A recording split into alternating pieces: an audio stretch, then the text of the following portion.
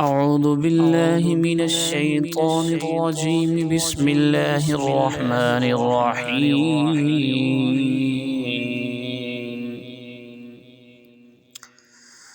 وما أبرئ نفسي إن النفس لأمارة بالسوء إلا ما رحم ربي إن ربي غفور رحيم. وقال الملك ائتوني به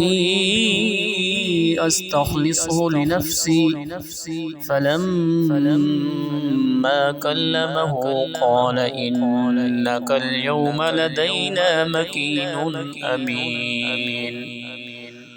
قال اجعلني على خزائن الأرض إني حفيظ عليم. وكذلك مكنا ليوسف في الأرض يتبوأ منها حيث يشاء نصيب برحمتنا من نشاء ولا نضيع أجر المحسنين. ولأجر الآخرة خير للذين آمنوا وكانوا يتقون. وجاء إخوة يوسف فدخلوا عليه فعرفهم وهم له منكرون. ولما جهزهم بجهازهم قال ائتوني بأخ لكم من أبيكم ألا ترون أني أوفي الكيل وأنا خير المنزلين.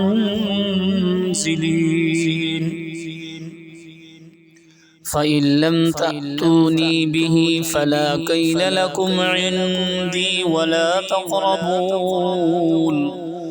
قالوا سنراود عنه أباه وإنا لفاعلون. وقال لفتيانه اجعلوا بضاعتهم في رحالهم لعلهم يعرفونها إذا انقلبوا إلى أهلهم لعلهم يرجعون. فلما رجعوا إلى أبيهم قالوا يا أبانا منع منا الكيل فأرسل معنا أخانا نكتل وإنا له لحافظون. قال هل آمنكم عليه إلا كما أمنتكم على أخيه من قبل فالله خير حافظا وهو أرحم الراحمين.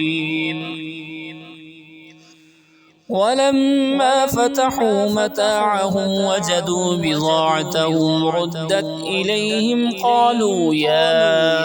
أبانا ما نبغي هذه بضاعتنا ردت إلينا ونمير أهلنا ونحفظ أخانا ونزداد كيل بعيد ذلك كيل يسير.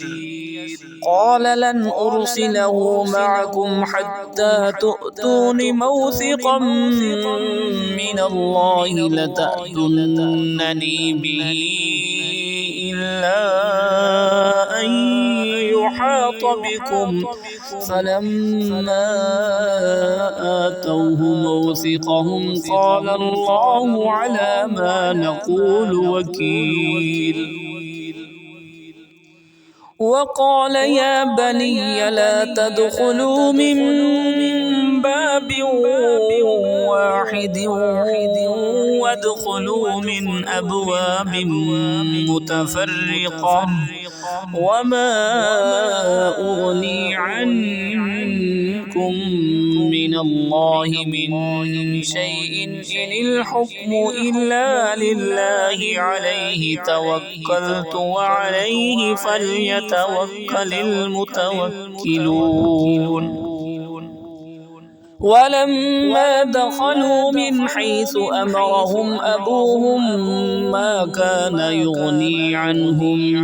من الله من شيء إلا حاجة في نفس يعقوب قضاها وإنه لذو علم لما علمناه ولكن أكثر الناس لا يعلمون ولما دخلوا على يوسف آوى إليه أخاه قال إني أنا أخوك فلا تبتئس بما كانوا يعملون فلما جهزهم بجهازهم جعل السقاية في رحل أخيه ثم أذن مؤذن أيتها العير إنكم لسارقون قالوا وأقبلوا عليهم ماذا تفقدون قالوا نفقد صواع الملك ولمن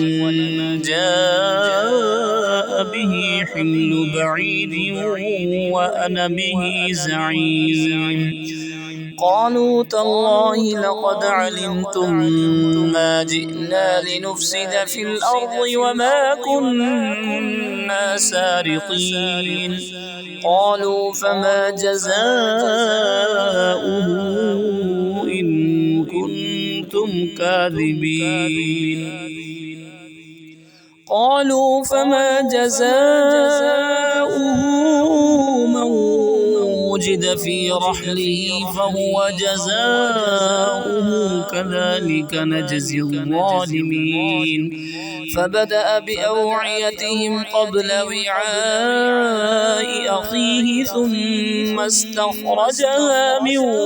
وعاء أخيه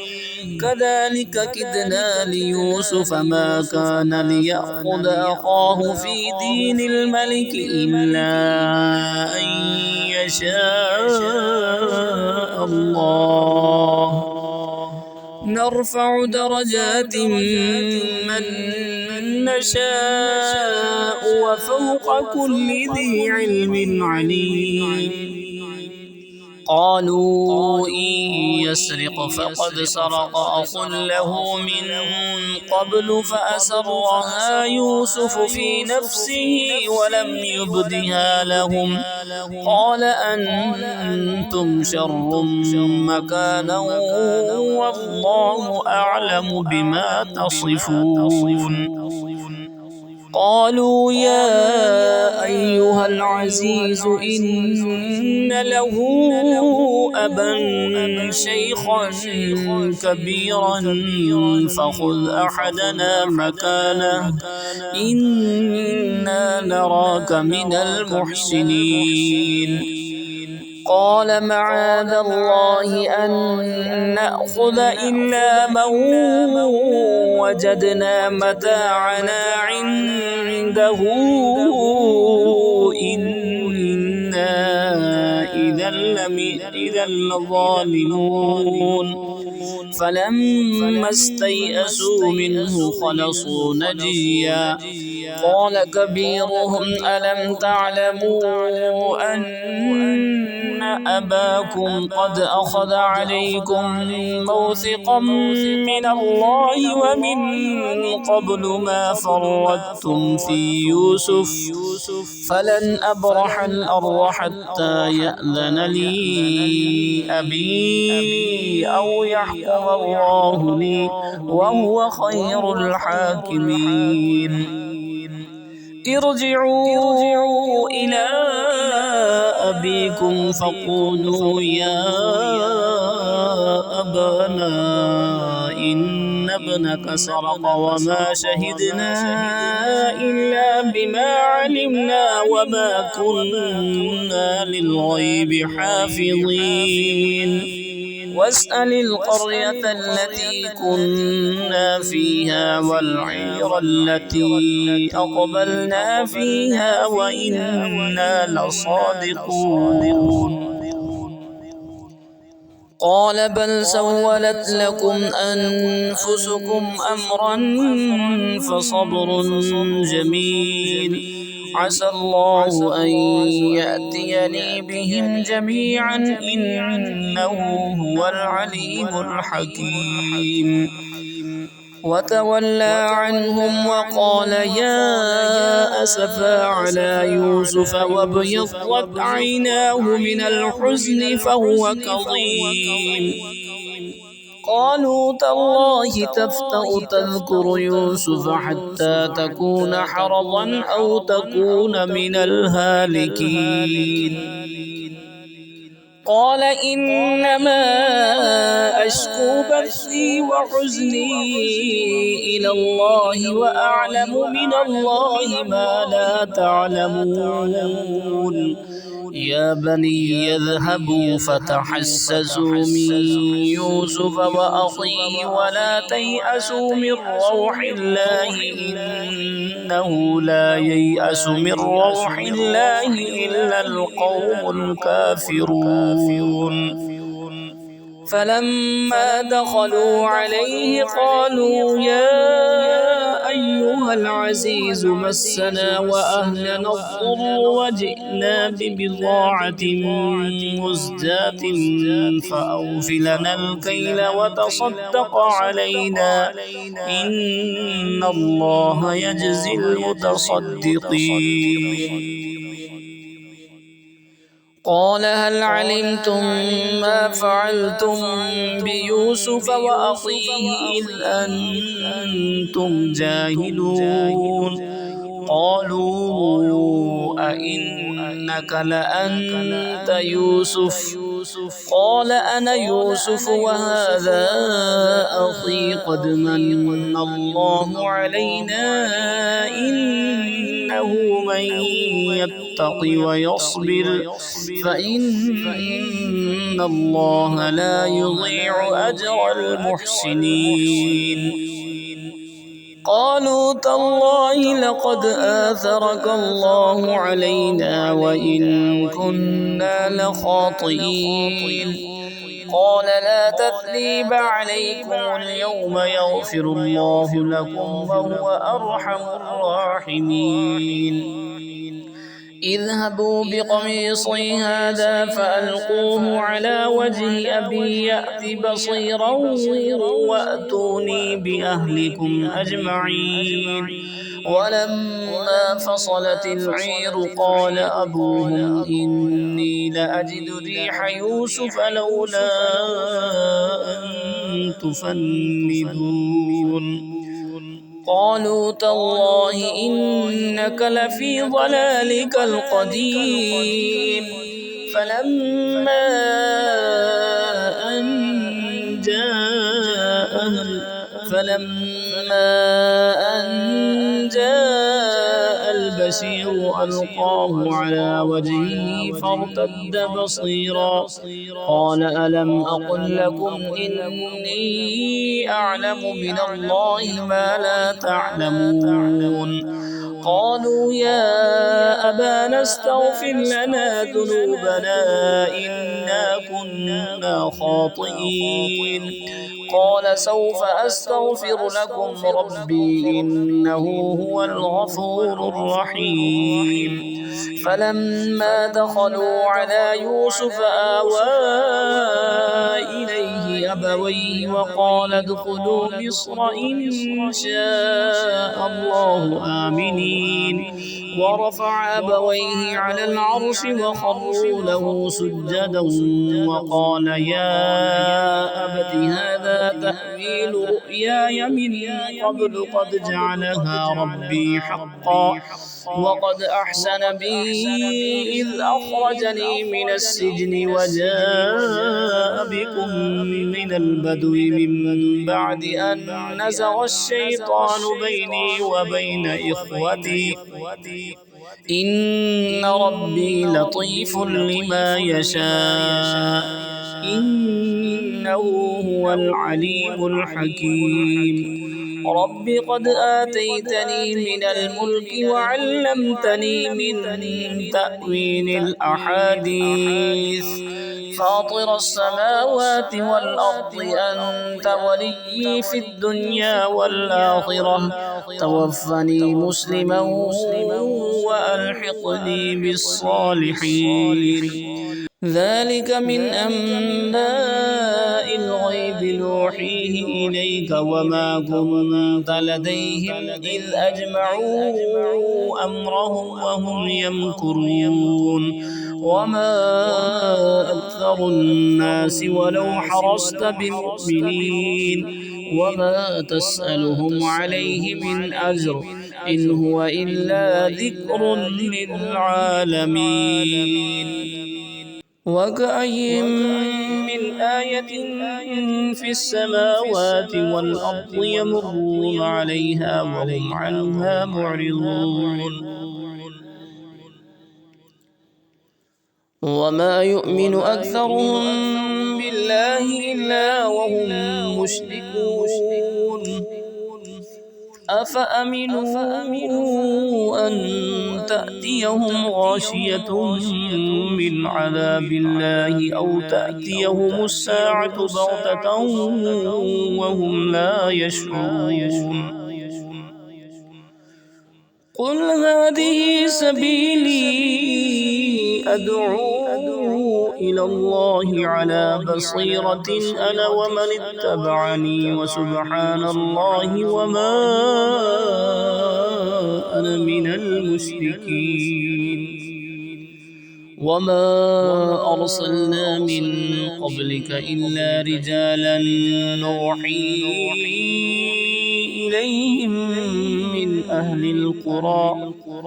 أفلم يسيروا في الأرض فينظروا كيف كان عاقبة الذين من قبلهم ولدار الآخرة خير للذين اتقوا أفلا تعقلون حتى إذا استيأس الرسل وظنوا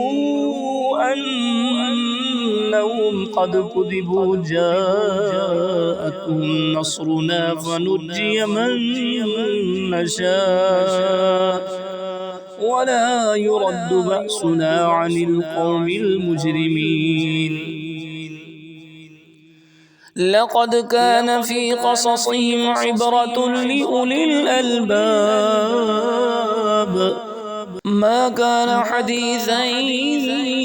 يفترى ولكن تصديق الذي بين يديه وتفصيل كل شيء وهدى ورحمة لقوم يؤمنون بسم الله الرحمن الرحيم ألف لام ميم را تلك آيات الكتاب والذي أنزل إليك من ربك الحق ولكن أكثر الناس لا يؤمنون الله الذي رفع السماوات بغير عمد ترونها ثم استوى على العرش وسخر الشمس والقمر كل يجري لأجل مسمى يدبر الأمر يفصل الآيات لعلكم بلقاء ربكم توقنون وهو الذي مد الأرض وجعل فيها رواسي وأنهارا ومن كل الثمرات جعل فيها زوجين اثنين يغشي الليل النهار إن في ذلك لآيات لقوم يتفكرون وفي الأرض قطع متجاورات وجنات من أعناب وزرع ونخيل صنوان وغير صنوان يسقى بماء واحد ونفضل بعضها على بعض في الأكل إن في ذلك لآيات لقوم يعقلون وإن تعجب فعجب قولهم أإذا كنا ترابا أإنا لفي خلق جديد أولئك الذين كفروا بربهم وأولئك الأغلال في أعناقهم وأولئك أصحاب النار هم فيها خالدون ويستعجلونك بالسيئة قبل الحسنة وقد خلت من قبلهم المثلات وإن ربك لذو مغفرة للناس على ظلمهم وإن ربك لشديد العقاب ويقول الذين كفروا لولا أنزل عليه آية من ربه إنما أنت منذر ولكل قوم هاد الله يعلم ما تحمل كل أنثى وما تغيض الأرحام وما تزداد وكل شيء عنده بمقدار عالم الغيب والشهادة الكبير المتعال سواء منكم من أسر القول ومن جهر به وهو مستخف بالليل وسارب بالنهار له معقبات من بين يديه ومن خلفه يحفظونه من أمر الله إن الله لا يغير ما بقوم حتى يغيروا ما بأنفسهم وإذا أراد الله بقوم سوءا فلا مرد له وما لهم من دونه من وال هو الذي يريكم البرق خوفا وطمعا وينشئ السحاب الثقال ويسبح الرعد بحمده والملائكة من خيفته ويرسل الصواعق فيصيب بها من يشاء وهم يجادلون في الله وهو شديد المحال له دعوة الحق والذين يدعون من دونه لا يستجيبون لهم بشيء إلا كباسط كفيه إلى الماء ليبلغ فاه وما هو ببالغه وما دعاء الكافرين إلا في ضلال ولله يسجد من في السماوات والأرض طوعا وكرها وظلالهم بالغدب والآصال قل من رب السماوات والأرض قل الله قل أفاتخذتم من دونه أولياء لا يملكون لأنفسهم نفعا ولا ضرا قل هل يستوي الأعمى والبصير أم هل تستوي الظلمات والنور أم جعلوا لله شركاء خلقوا كخلقه فتشابه الخلق عليهم قل الله خالق كل شيء وهو الواحد القهار أنزل من السماء ماء فسالت أودية بقدرها فاحتمل السيل زبدا رابيا ومما يوقدون عليه في النار ابتغاء حلية أو متاع زبد مثله كذلك يضرب الله الحق والباطل فأما الزبد فيذهب جفاء وأما ما ينفع الناس فيمكث في الأرض كذلك يضرب الله الأمثال للذين استجابوا لربهم الحسنى والذين لم يستجيبوا له لو أن لهم ما في الأرض جميعا ومثله معه لافتدوا به أولئك لهم سوء الحساب ومأواهم جهنم وبئس المهاد أفمن يعلم أنما أنزل إليك من ربك الحق كمن هو أعمى إنما يتذكر أولو الألباب الذين يوفون بعهد الله ولا ينقضون الميثاق والذين يصلون ما أمر الله به أن يوصل ويخشون ربهم ويخافون سوء الحساب والذين صبروا ابتغاء وجه ربهم وأقاموا الصلاة وأنفقوا مما رزقناهم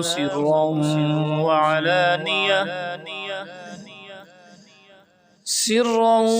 وعلانية ويدرؤون بالحسنة السيئة أولئك لهم عقبى الدار جنات عدن يدخلونها ومن صلح من آبائهم وأزواجهم وذرياتهم والملائكة يدخلون عليهم من كل باب سلام عليكم بما صبرتم فنعم عقبى الدار والذين ينقضون عهد الله من بعد ميثاقه ويقطعون ما أمر الله به أن يوصل ويفسدون في الأرض أولئك لهم اللعنة ولهم سوء الدار الله يبسط الرزق لمن يشاء ويقدر وفرحوا بالحياة الدنيا وما الحياة الدنيا في الآخرة إلا متاع ويقول الذين كفروا لولا عليه آية من ربه قل إن الله يضل من يشاء ويهدي إليه من أناب الذين آمنوا وتطمئن قلوبهم بذكر الله ألا بذكر الله تطمئن القلوب الذين آمنوا وعملوا الصالحات طوبى لهم وحسن مآب كذلك أرسلناك في أمة قد خلت من قبلها لتتلو عليهم الذي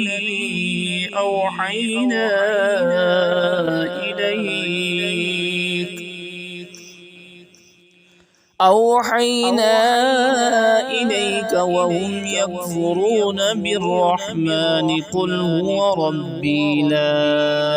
إله إلا هو عليه توكلت وإليه متاب ولو أن قرآنا سيرت به الجبال أو قطعت به الأرض أو كلم به الموتى بل لله الأمر جميعا أفلم ييأس الذين آمنوا أن لو يشاء الله لهدى الناس جميعا ولا يزال الذين كفروا تصيبهم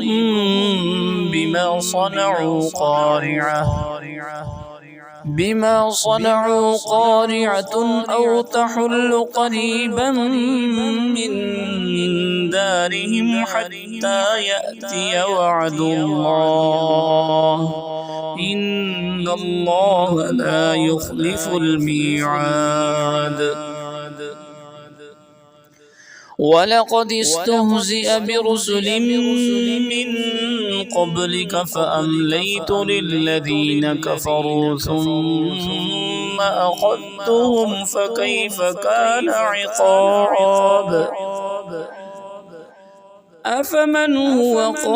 قائم على كل نفس بما كسبت وجعلوا لله شركاء قل سموهم أم تنبئونه بما لا يعلم في الأرض أم بظاهر من القول بل زين للذين كفروا مكرهم وصدوا عن السبيل ومن يضلل الله فما له من هاد لهم عذاب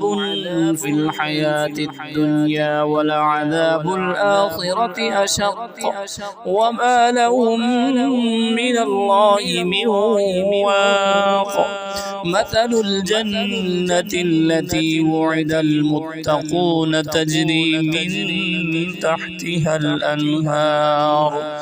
أكلها دائم وظلها تلك عقبى الذين اتقوا وعقبى الكافرين النار والذين آتيناهم الكتاب يفرحون بما أنزل إليك ومن الأحزاب من ينكر بعضه قل إنما أمرت أن أعبد الله ولا أشرك به إليه أدعو وإليه مآب وكذلك أنزلناه حكما عربيا ولئن اتبعت أهواءهم بعدما جاءك لك من العلم ما لك من الله من ولي ولا واق. ولقد أرسلنا رسلا من قبلك وجعلنا لهم أزواجا وذرية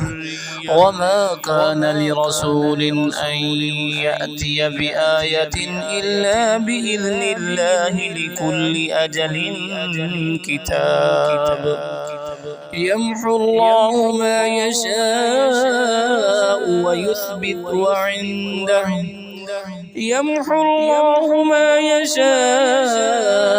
ويثبت وعنده أم الكتاب. وإما نرينك بعض الذي نعدهم أو نتوفينك فإنما عليك البلاغ وعلينا الحساب. أولم يروا أنا نأتي الأرض ننقصها من أطرافها والله يحكم لا معقب لحكمه وهو سريع الحساب. وقد مكر الذين من قبلهم فلله المكر جميعا يعلم ما تكسب كل نفس وسيعلم الكفار لمن عقبى الدار. ويقول الذين كفروا لست مرسلا قل كفى بالله شهيدا بيني وبينكم ومن عنده علم الكتاب. بسم الله الرحمن الرحيم. ألف لام را.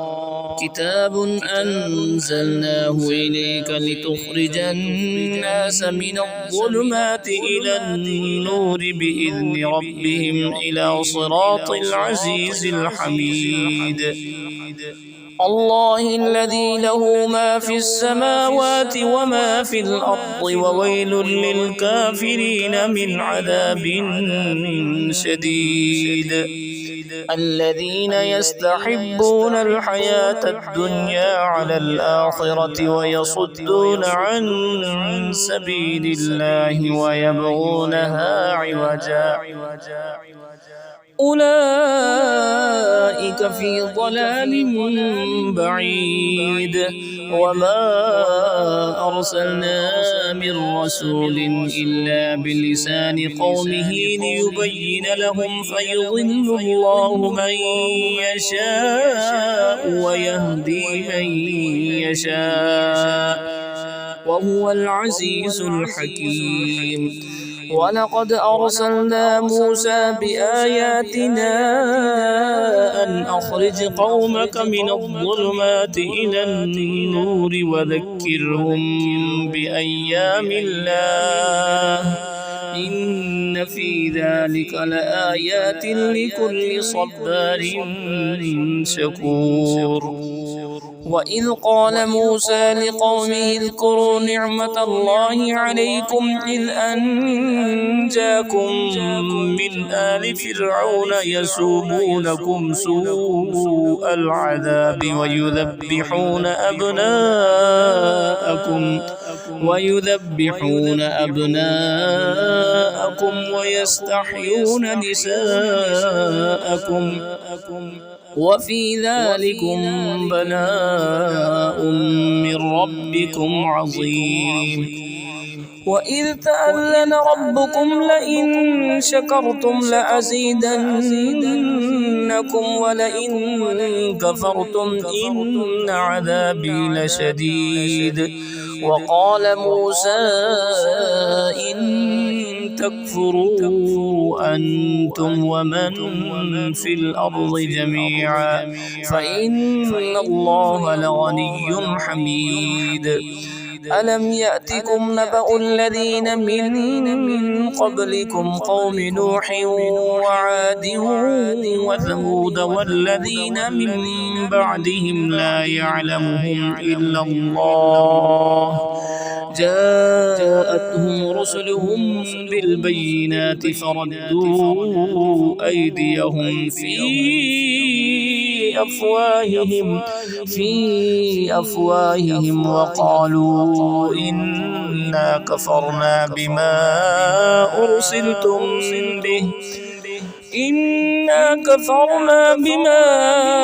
أرسلتم به وإنا لفي شك مما تدعوننا إليه مريب. قالت رسلهم أفي الله شك فاطر السماوات والأرض يدعوكم ليغفر لكم من ذنوبكم ويؤخركم إلى أجل مسمى قالوا إن أنتم إلا بشر مثلنا تريدون أن تصدونا عما كان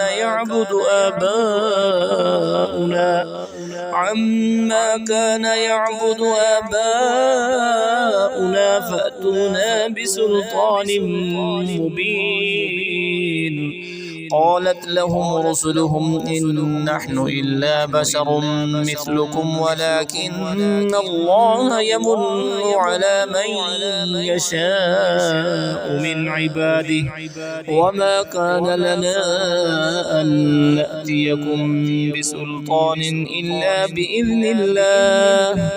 وعلى الله فليتوكل المؤمنون. وما لنا ألا نتوكل على الله وقد هدانا سبلنا ولنصبرن على ما آذيتمونا وعلى الله فليتوكل المتوكلون. وقال الذين كفروا لرسلهم لنخرجنكم من أرضنا أو لتعودن في ملتنا فأوحى إليهم ربهم لنهلكن الظالمين ولنسكننكم الأرض من بعدهم ذلك لمن خاف مقامي وخاف وعيد واستفتحوا وخاب كل جبار عنيد من ورائه جهنم ويسقى من ماء صديد يتجرعه ولا يكاد يسيغه ويأتيه الموت من كل مكان وما هو بميت ومن ورائه عذاب غليظ. مثل الذين كفروا بربهم أعمالهم كرماد اشتدت به الريح في يوم عاصف لا يقدرون مما كسبوا على شيء ذلك هو الضلال البعيد. ألم تر أن الله خلق السماوات والأرض بالحق إن يشأ يذهبكم ويأتي بخلق جديد وما ذلك على الله بعزيز. وبرزوا لله جميعا فقال الضعفاء للذين استكبروا إنا كنا لكم تبعا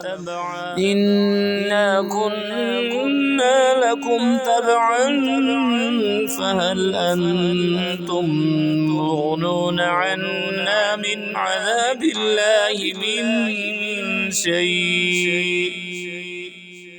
قالوا لو هدانا الله لهديناكم سواء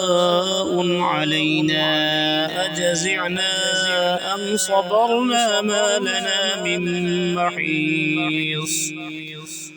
وقال الشيطان لما قضي الأمر إن الله وعدكم وعد الحق ووعدتكم فأخلفتكم وما كان لي عليكم من سلطان إلا أن دعوتكم فاستجبتم لي فلا تلوموني ولوموا أنفسكم ما أنا بمصرخكم وما أنتم بمصرخي إني كفرت بما أشركتمون من قبل إن الظالمين لهم عذاب أليم. وأدخل الذين آمنوا وعملوا الصالحات جنات تجري من تحتها الأنهار خالدين فيها بإذن ربهم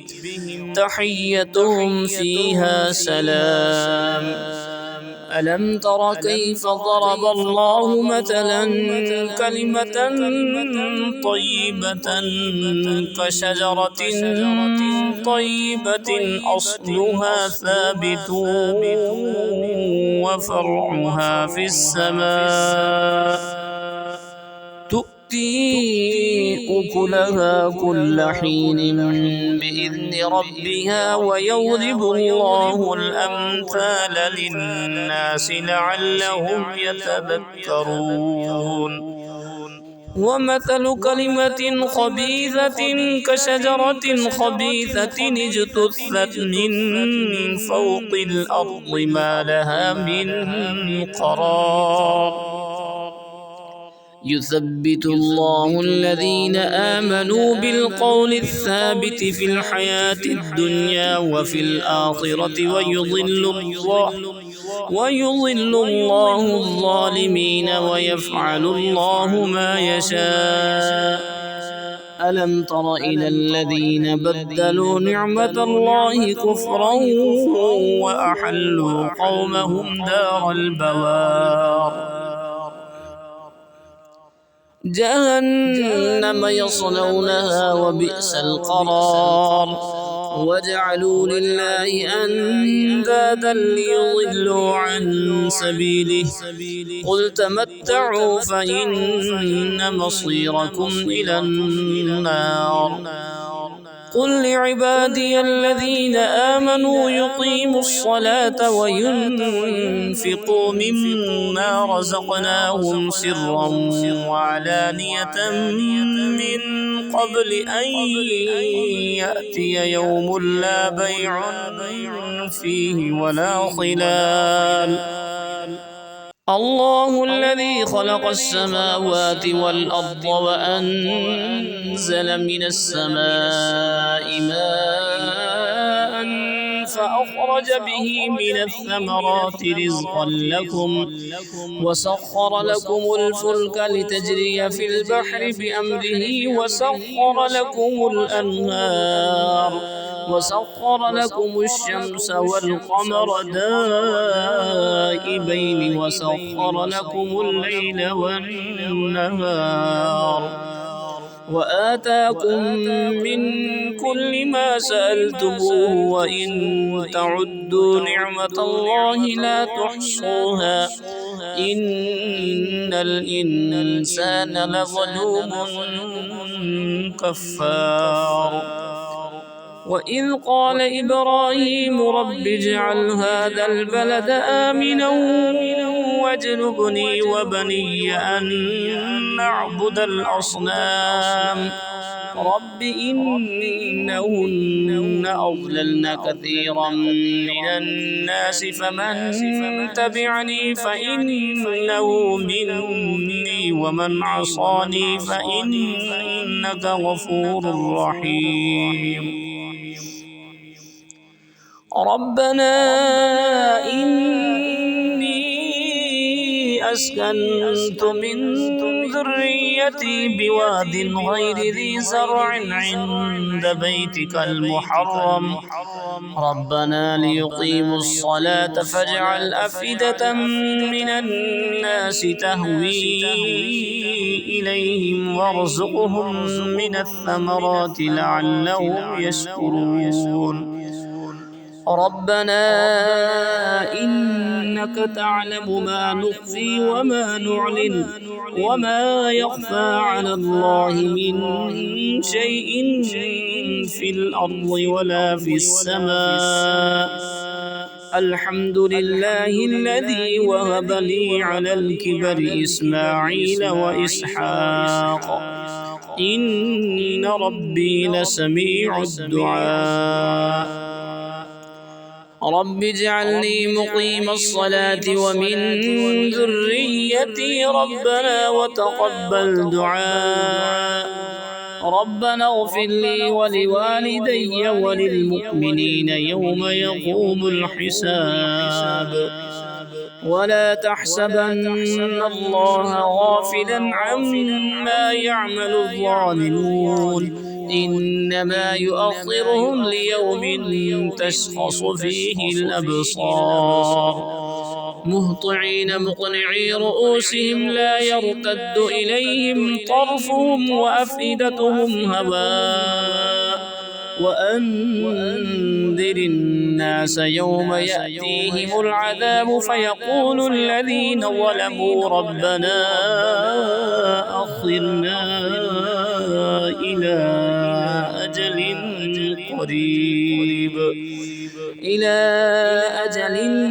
قريب نجب دعوتك ونتبع الرسل أولم تكونوا أقسمتم من قبل ما لكم من زوال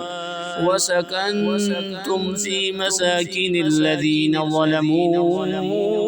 أنفسهم وتبين لكم كيف فعلنا بهم وضربنا لكم الأمثال وقد مكروا مكرهم وعند الله مكرهم وإن كان مكرهم لتزول منه الجبال فلا تحسبن الله مخلف وعده رسله إن الله عزيز ذو انتقام يوم تبدل الأرض غير الأرض والسماوات وبرزوا لله الواحد القهار وترى المجرمين يومئذ مقرنين في الأصفاد سرابيلهم من قطران وتغشى وجوههم النار ليجزي الله كل نفس ما كسبت إن الله سريع الحساب هذا بلاغ للناس ولينذروا به وليعلموا